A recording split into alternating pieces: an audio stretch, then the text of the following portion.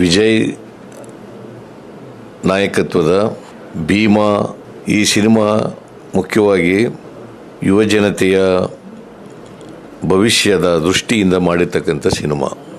ಇವತ್ತು ಭಾಳಷ್ಟು ಜನ ಯುವಕರು ಯುವತಿಯರು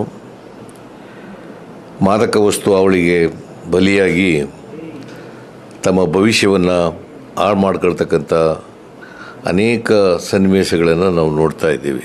ಈ ಸಿನಿಮಾ ಉದ್ದೇಶ ಯುವ ಸಮೂಹ ಈ ಡ್ರಗ್ಸ್ ಅವಳಿ ಇದರಿಂದ ದೂರ ಇದ್ದು ತಮ್ಮ ಭವಿಷ್ಯವನ್ನು ರೂಪಿಸ್ಕೊಳ್ಬೇಕು ಅಂತಕ್ಕಂಥ ಸದುದ್ದೇಶದಿಂದ ಮಾಡಿರ್ತಕ್ಕಂಥ ಸಿನಿಮಾ. ಅದು ಸಫಲ ಆದರೆ ಸಿನಿಮಾ ಮಾಡೋದಕ್ಕೆ ಸಾರ್ಥಕ ಆಗ್ತದೆ ಅಂಥೇಳಿ ನನಗನ್ಸುತ್ತೆ. ದುನಿಯಾ ವಿಜಯ್ ಅವರು ಇಂಥ ಒಂದು ಸಿನಿಮಾ ಮಾಡಿರ್ತಕ್ಕಂಥದ್ದು ಭಾಳ ಒಳ್ಳೆಯದು.